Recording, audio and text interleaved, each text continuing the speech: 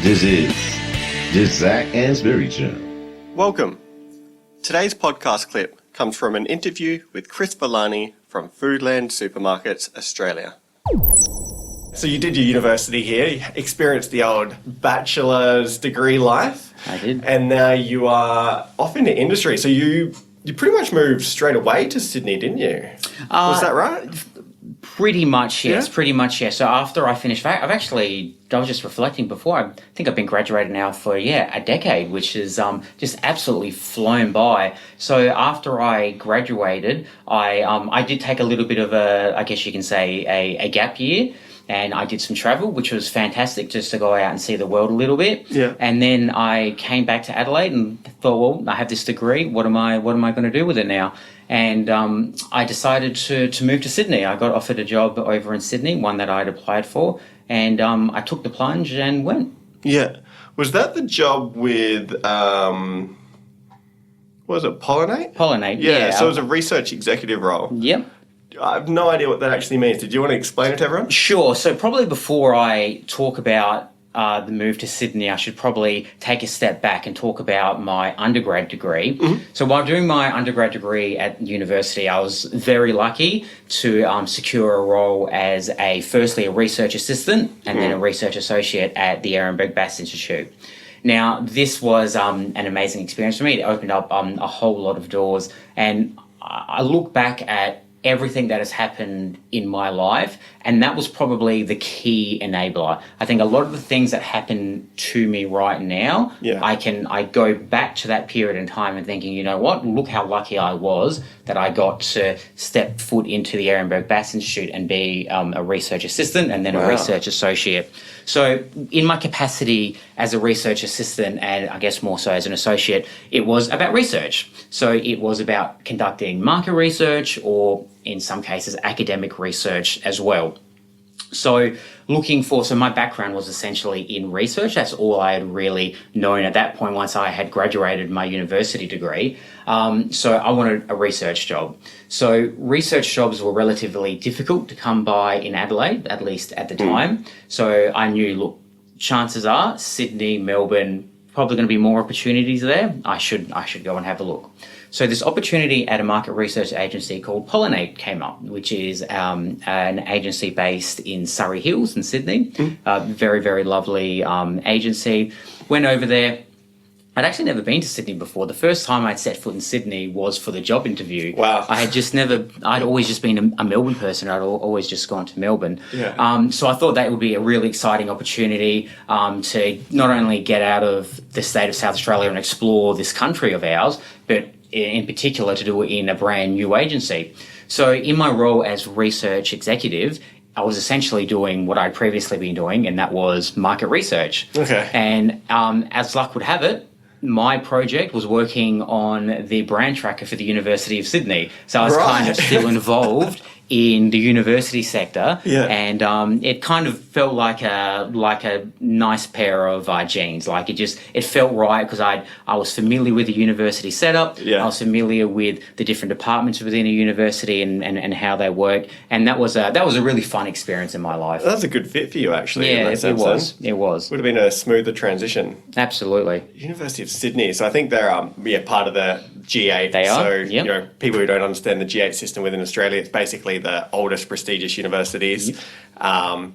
For those of you who are listening at home, there's kind of the G7 and then quite a bit of a gap, and then the G8 is Adelaide Uni, which is one of the reasons that there was that potential proposed merger talk between them and us, which has apparently got reignited again recently. Yeah, it did. But yeah, we'll see. So you did, you applied the skills that you learned at the Institute to Pollinate, and then you ended up moving to a senior strategic insights role. Yes, that's right. So working agency side is fantastic. I do love it. And maybe again, I should just take a step back and explain the difference between agency and client side. Yep. So when you work on an agency side, you're working for an agency. It could be a creative agency, it could be a research agency, but you're working for brands, and you might have multiple brands. So your day might be based working on a project on brand A, on brand B, on brand C, and you win clients, you lose clients, you win clients, you lose clients. On client side, that's where you work for one of those brands, and every single day it is your responsibility to help that brand. So they're quite diverse. I found certainly agency side is certainly very fast paced because you're typically working on a lot of different brands. Agency side is you require a different level of skill set and certainly different levels of leadership and attitude, especially to navigate stuff from within a single organization. So I wanted to test myself and go agency side. So I wanted to focus my attention on just a single brand or a single product, or in this case, a single destination, which was Destination New South Wales, which is also known as Tourism New South Wales. That had a bit of a branding change. And working for the tourism board was probably as fun as it sounds. It was just does sound good. I've been incredibly lucky in my career, and I used to go to work every day in the Rocks. I used to look out the office window and see the Opera House and the Sydney Harbour Bridge, and it was just just spectacular. It was absolutely amazing. We're all thinking that we feel incredibly sad and sorry for you. That you had to take one for the team and put yourself through that. That's right. Look, but it certainly it certainly was a tough gig. Yeah. But it really did have its perks. It really did have its perks. Okay, so on like the client side of things, you mentioned managing multiple brands, and how did you kind of because that'd be in different categories and potentially international as well. Yeah. How did you kind of manage to pull your head into different directions within the same day, I suppose? Yeah, it's quite a difficult one. So every industry or every category is going to be different. So in tourism, there are three large segments. There's intrastate, so that's traveling within the state. There's interstate, so travelling within Australia but in different states. And then there's international, so that's travelling from other countries into, well, in this case, New South Wales.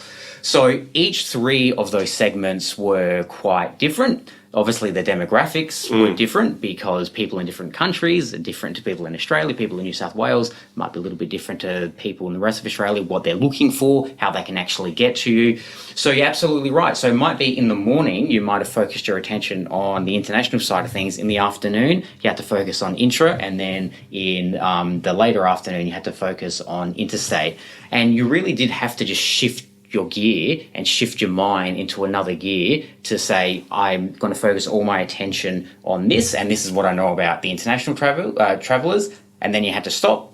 You had to do that again for the intrastate and then the interstate. And in many respects, that's kind of what marketing is about. It's about these little chunks of knowledge and you just whipping them down and saying, this is what I know about this and this is what I'm going to focus on, and then changing it to that one and then changing it to that one, and not trying to get mixed up in the event. Yeah, it sounds like you kind of require a lot of like time management skills as well. So if you have three competing interests for your time in that role, to not become overly excited about maybe international travel and neglect some of the others. Yeah, absolutely. You had to.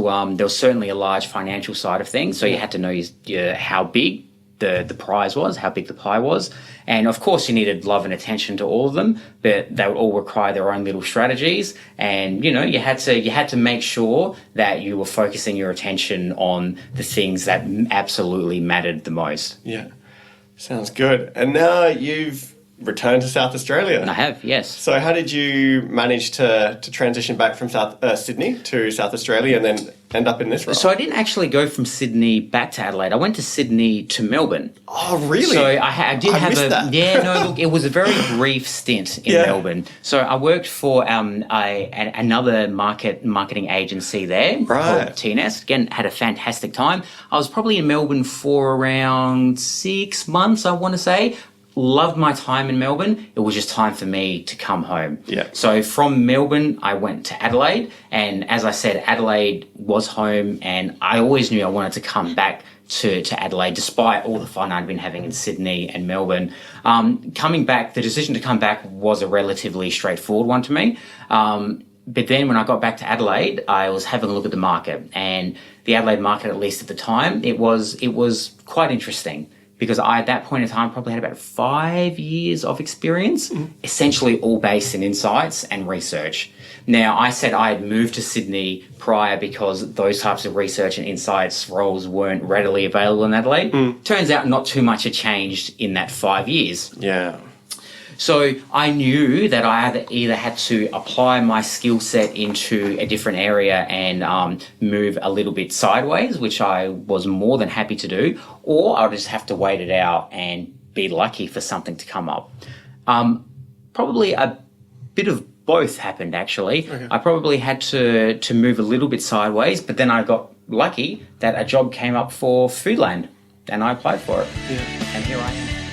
Hey guys, it's Zac Anesbury here with just a couple of quick reminders. If you've enjoyed today's podcast, then make sure you subscribe so you never miss an episode. There are plenty more interviews to come with some of the world's leading marketing academics and practitioners. You do not want to miss these. In the meantime, if you're looking for another way to connect, then follow me on Twitter at Zac Anesbury. That is ZACANESBURY for my take on the marketing issues of the day.